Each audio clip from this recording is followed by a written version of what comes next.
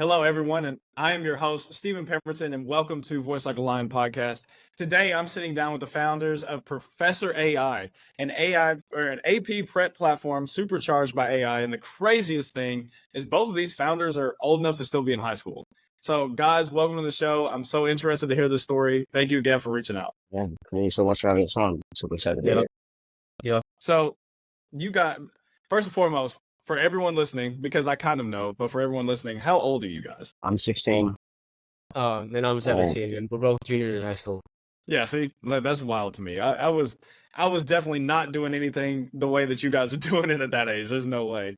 So how did you, because I mean, let's be real. Most people who are y'all's age, 16, 17, in high school, you got most of the time, they're more worried about, picking up chicks or going and getting a job, making a couple dollars. Why did you decide to create a platform to help other people? Hey, we were just like that too. Like if you go back to like a year ago, right? Abhay was picking up chicks. I was just playing football when I was friends, playing Fortnite. Like we don't want anything special either. Yeah. That's the reason we just started. It's just like we just got some enlightenment. We're like, damn, dude, we gotta start locking our ECs, our pages. We gotta start doing something with our lives. We gotta look at the long term goals. What's the plan 5 years from now, 10 years from now, right? Sure, 5 years from now we could keep horsing around like we are now, but then we're gonna end up at Chipotle, like some of our peers are. And we're like, I'm not trying to end up at Chipotle. I'd rather own Chipotle. So we're like, okay, cool. If we want to be in that kind of position, how do we do that? That's how it started. Yeah, pretty well. So where did you get that mindset? I mean, for y'all to have that kind of mindset at your age, where did you learn that from? Was that something you just saw on Instagram? Like, what inspired you to look 5-10 years down the road to say, hey, I could own Chipotle instead of working at Chipotle? I guess it's just like shared ideals. Like we've always knew, at least me and VK for sure, and our rest of our friend group, we've always knew that there's so many more to life. It's not just messing around all day. I think it's also because our parents, just a bunch of factors that just influence us in the right area, being in the right place at the right time. And also meeting people like our friend group is all committed, and we're all doing activities that benefit us in the future, thinking about long term. And it's just like a culmination of multiple events. Of us being in the right time, right place. And, like us not being at this mindset and just like trying to grind out things like that. I think college was a big factor. My uncle, he's a professor at Ivy League school. He's went to so many Ivies. So I'd always get pressure from my parents and family, like, hey, you gotta start doing things. So if you want to go to these kind of schools, et cetera, et cetera. And for me, we used to horse around, but we're all 4.0 A students. So school's easy for us, but we're just like, school's never was like the long-term goal. We were like, that's cool, but like, what are we gonna get out of it? I don't want to end up working at 9 to 5. It just didn't make sense to us. And so we're like, cool, if we really want to get to the kind of like monetary standards and like pursue our like life mission in a way like we want to, we knew we had to start a business and go the startup route. Yeah. That's awesome. Yeah. What were you about to say? The pressure was for real. All of my family friends, some of them went to MIT and Stanford. So like in our little family circle, I have a lot of pressure. So I mean, I guess that's one reason I influenced it a lot. And so it's just a culmination of multiple things in college, trying to go through these things. And then we realized, what would be a good EC and would make us money in the long term and would help a bunch of people out, which is a startup route. So that's exactly what we decided to pursue. So are you guys still thinking about actually going to some of these Ivy League schools and still going to school? Or are you guys just going to focus mainly on the business? We're definitely going to go to school. Okay. We're 100% going to graduate high school. We're still going to apply to colleges. Whether we're going to go to those colleges, I don't know. We'll see depending on how the business goes. In today's world, the value of a degree, like, it doesn't mean that much nowadays. It's really how much technical experience you have. Like Abhay right now, because of his technical expertise, if you were to go get a job, you just with the high school diploma, I'm confident you could easily get a job at one of the big FANG man companies with hesitation. So is it really worth the $300K we're dropping our degree? And for making more than that in monthly annual revenue, then is it worth that at all? Right? Yeah. Just depends on, the degree. Skill might equal a degree, but degree doesn't necessarily equal skill, right? And so we've always known that. And so, we'll see based on our futures how this whole thing goes up. So I like that. I mean, I like having that thought process. 'Cause, I mean, for me, I went to a community college for a year, and then I dropped out and I didn't ever go back. And I've made millions of dollars online. Like that's making a choice, and that was hard for my family because I was one of the smartest ones in my family. Sounds like you guys as well. And of course, they were always pressuring me go to college, get a good degree, then you can have a good job, and then you retire when you're 95, and then you die. And it's like, but that it just never sat well with me. It just never really made sense. And I just remember because basketball is my thing. I was a big sports guy. And I just realized one day that I wasn't going to go pro. So it's like, if I'm not going to go pro, why would I go spend hundreds of thousands of dollars on school, right? Because there's things that school is great. I think school for the right person is if you want to be a neurosurgeon, please go to school. Please don't just go try to figure that out. But if you're someone where, like you guys in a business, you guys are learning more from real world experience than if you went to a classroom and they just taught you. Real world experience is going to teach you much, much faster because you're literally going to be creating your strategic plan, getting punched in the face and realizing, hey, that's not how that's going to work. And the more you guys get up and figure out and make little micro pivots, because will this be the thing that gets you guys to $100 million business? Maybe, maybe not. But if you're able to keep your head on track and just make those micro pivots, you'll be able to discover whatever that is. I mean, you guys are 16 and 17. I'm 30 years old. I still consider myself young, but you guys are starting 14 and 13 years faster than me. So just think about by the time you're my age, how much further along you can be, as long as you don't quit. That's the one thing I tell everyone. When it comes to business, will business get hard? Maybe. Hopefully not. Hopefully you guys will be incredible and raise amazing venture capital and go on to be the next PayPal and exit for $1 billion. But if it ever does get hard, the cool thing is that you never lose unless you quit. Like you guys are young. You guys have the whole life ahead of you to make big decisions. So that even leads me into that next question, which is like, where do you see Professor AI going? Like, where is it now and where do you see it going? Right now we are strictly focused on the APs. We have a pretty good MVP. We're starting to make sales. We're trying to get our product out there for people to use to make an impact, et cetera, et cetera. In terms of where it's going, we're only going to expand to other niches. For example, the IB niche is a global subject that just hasn't been touched whatsoever. So expanding to the IB niche. After talking to various people, specific tests like the MCAT, for example, or specific like immigration tests that you need to take, also suffer the same issues of like lack of help, expensive tutors, and just like the kids not knowing how to study for these tests. And so if we can just use our systems and apply just a new data set to them, we can really make like a plug and play tool and solve a number of problems for the same time.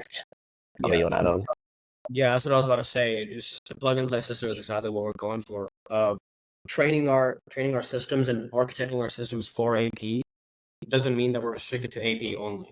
Once we really master the AP niche, we know exactly what we need to do to quickly expand to the IB niche. And then I would say, going down the line, it'd be super easy to migrate to all these different type of curriculums. So, yeah. So did you guys create this, or did you guys hire developers to create this? How did it actually come to market? So, PK is like full business and things, and I'm full technical.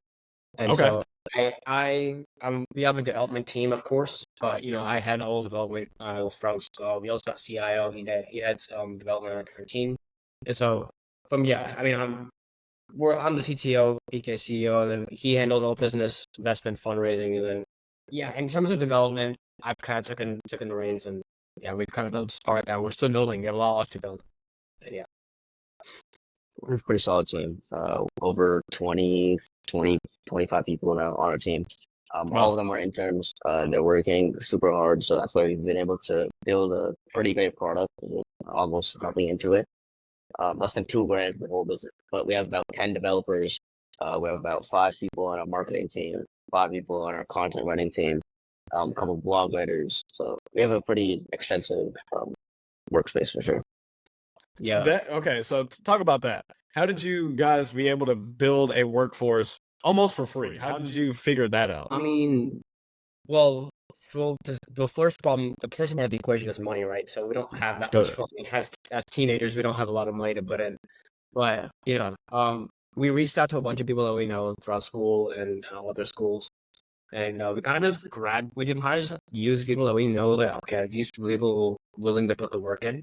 And so that was majority of our first hires. And then from there, we kind of outreach on LinkedIn. And yeah, PK knows more about this stuff, so PK, take it away. I mean, yeah. I mean, even finding, we've maybe found like we've handpicked 2 people from maybe across like our entire district that are probably like one of the most competent developers that we could find. Then it was just LinkedIn. I think I went through at least 1,000 to 2,000 interviews this group developers applying for these job positions, even though for free. The job market is crazy, and all of those, we've got maybe 5, 6 really, really good developers that we can have on our team. And even of that, some of them are really great, some of them as great, but we're working with what we can. But we're just glad we were able to find these kind of resources and build something with traditionally there. Biggest thing is we have a lot of high school kids, some grads, some post grads. These are all people that are highly motivated and trying to gain industry experience.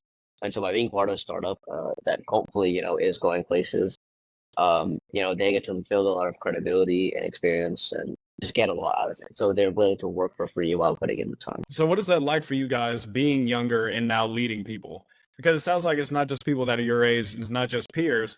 Now that you're actually having to do interviews and hire and lead teams, what has that been like for you guys? Well, I think it's pretty natural. Wow. Yeah, I don't think we're both big leaders. Abhay, he can talk more about it, but he's super big in the volunteer space. He runs some crazy organizations in volunteering. I've been in leadership my whole life. I'm on various state boards, city boards. I work with the State Board of Education, the Washington boards, all those things. So I guess we knew how to architect and structure our teams pretty effectively to build them up. Abhay, you want to add more? Yeah, like we mentioned, I have volunteer experience and I've led a bunch of teams, do a bunch of volunteer work. And so, developing, like this crazy big product, given like X amount of resources wasn't like something that I had to study or like kind of learn. I don't think PK had to either. I think it was just something that we kind of practiced over time. We just kind of knew what to do. Obviously there's little hiccups here and there that every team has, but we navigated those two pretty relatively quickly. So managing was never our issue. I love having this conversation with you guys because I've had conversations with people who have done billions of dollars, like people who have done great things, at least in the financial space. But what I love is you guys are already mindset wise on track to do the same. Because being even as young as you are, the fact that it's like, well, I have the experience. I've done volunteer work. I'm on all these different boards. The fact that you're on boards at all, the fact that you're doing volunteer work at all at your age, it just blows me away because I need, for me, is I want more people, especially more young people, to see people like you.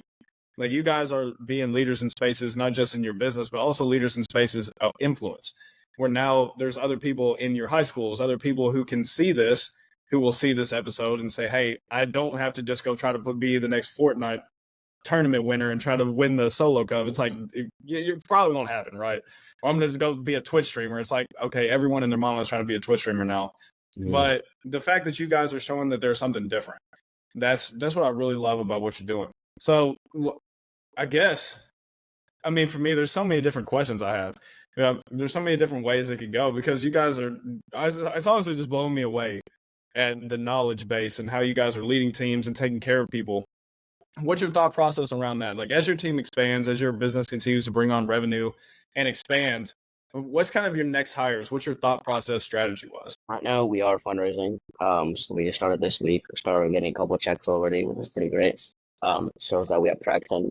Biggest thing is we kind of want to replace our team a little bit. Right now we have a lot of devs in bulk, but we're trying to build out our core team of developers that are going to stick with us past this company, the next 2-3 companies for the long term, to build this the whole 9 yards essentially. And so we can pay them now that we have funds coming in, and just accelerate progress essentially.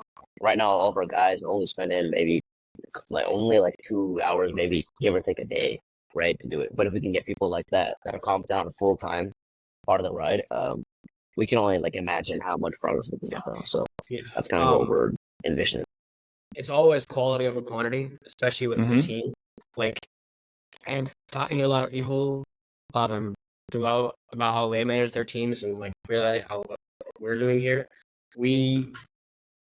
obviously, and everyone should focus on quality because you can obviously do better with 4 people who are always working as opposed to 10 people who are working 50% of the time. Regardless of the number, it's about quality. And so that's what we're really trying to do. Recently, it's hire proper people who are like willing to bring long hours and with the benefits after.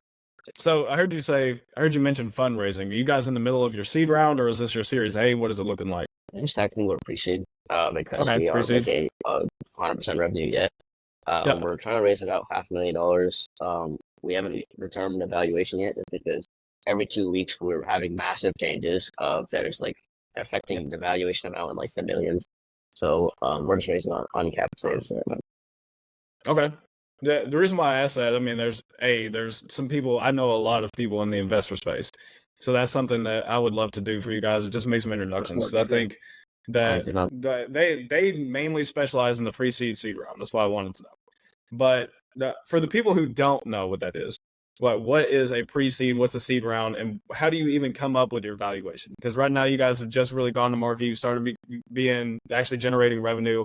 How would you help somebody who's in the same space just understand what's my valuation and what would I set my pre-seed amount at? Yeah, it's a little complicated, but I've done all the research, so I'll give it to you guys on like a super simple level. In terms of figuring out your valuation, I'd say there's 2 really good ones.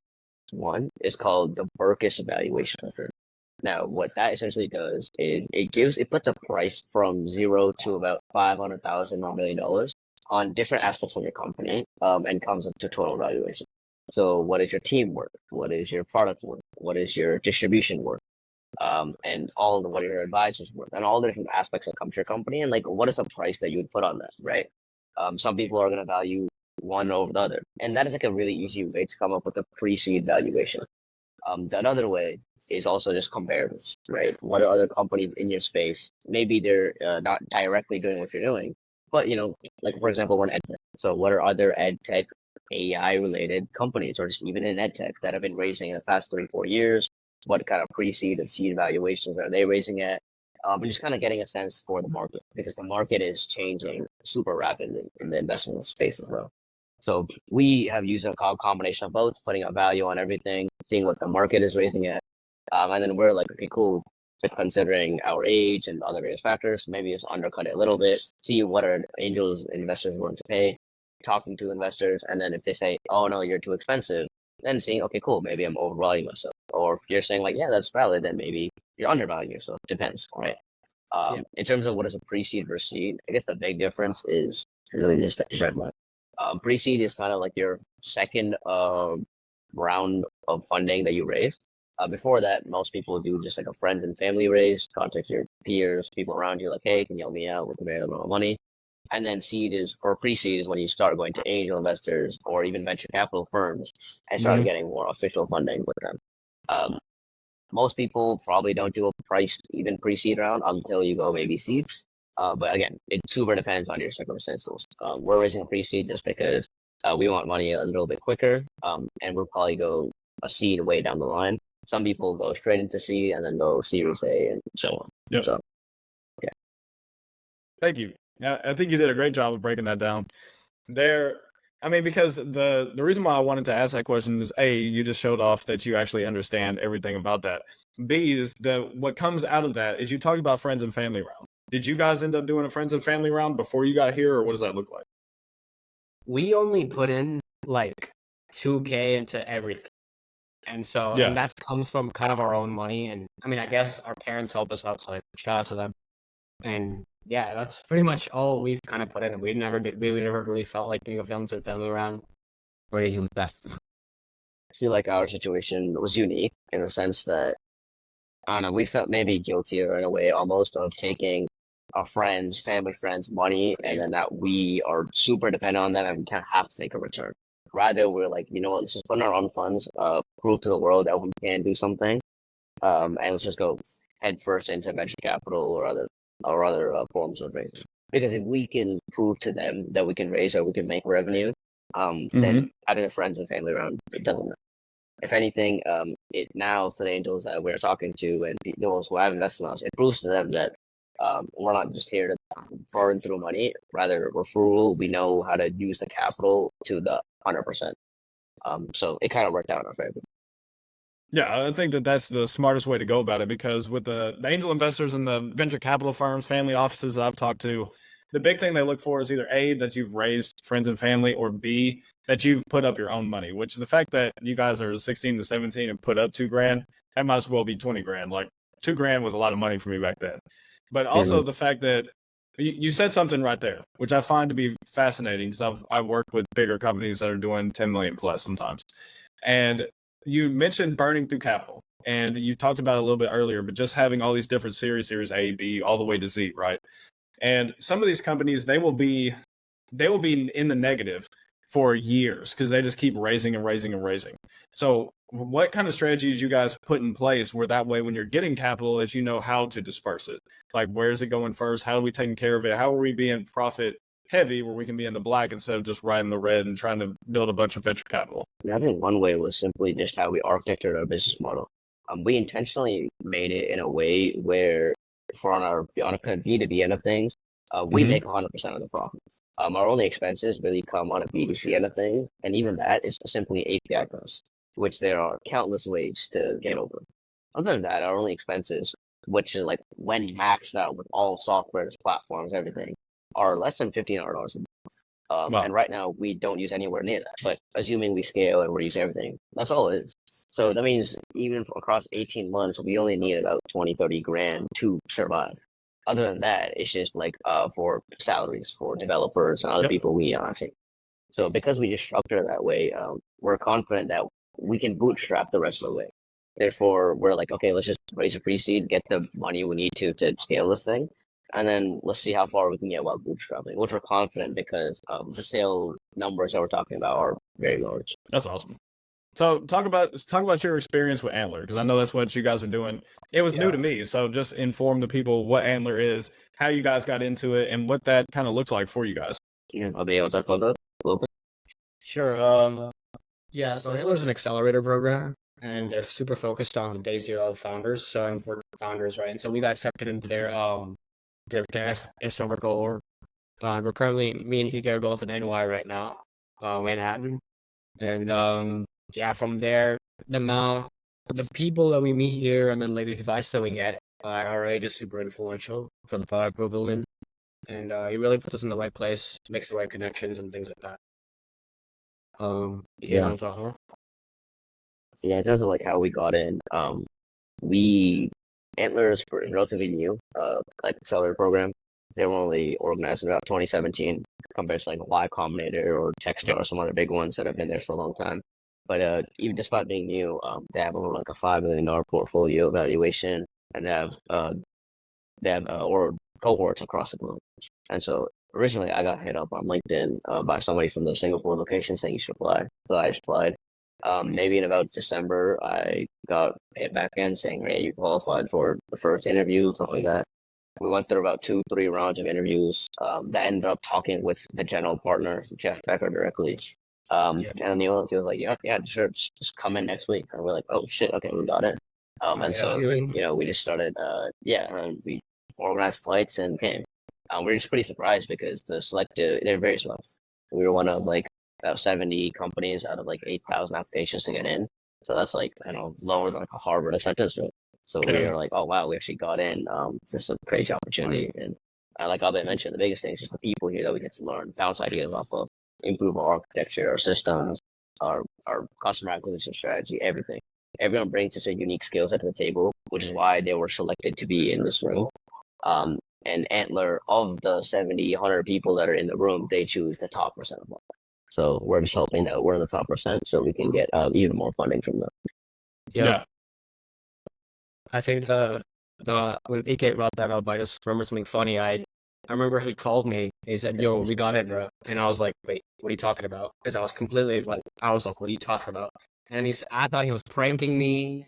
I had to like make sure he was like not pranking me, to make me show the email, and then I started believing it. And I think it's kind of crazy. How we got in, but yeah, should be crazy.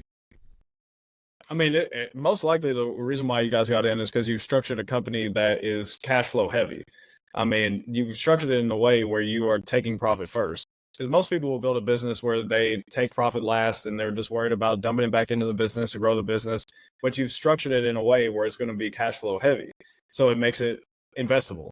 Like you guys did something, whether intentionally or unintentionally, it makes you much more investable because people know, okay, if I put in $1 million, I can expect to at least get something out of it instead of losing my investment.